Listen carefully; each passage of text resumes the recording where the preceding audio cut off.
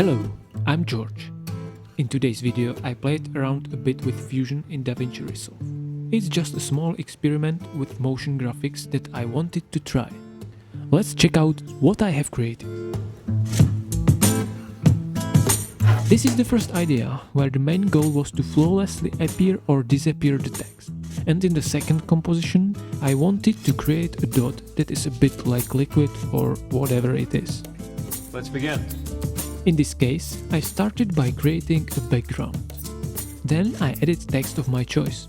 I created a polygon that continuously covers the text, and by adjusting the length parameter of this node, I animated the fading out of the text. Next, I added a transform node to simulate the fall down of the text. Finally, I underlined it by using another polygon and animating its length. It wasn't that hard.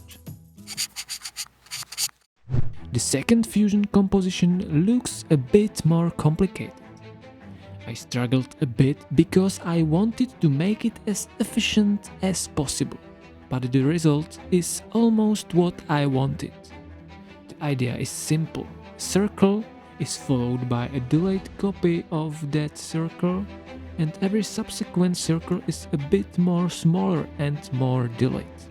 I started by creating an ellipse and connecting it to a transform node for the movement.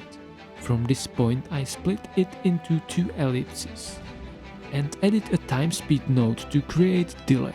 Then I added another transform node to generate a smaller version of the main ellipse. I adjusted the size in this node. I added a few instances, and each new instance has the transformed ellipse as input, making it smaller and smaller. I used instances to copy movement, but still keep 4 ellipses. This ensures that all parameters are copied. Lastly, I had to copy time delays and use simple expression for every one separately to make sure every next ellipse is more delayed.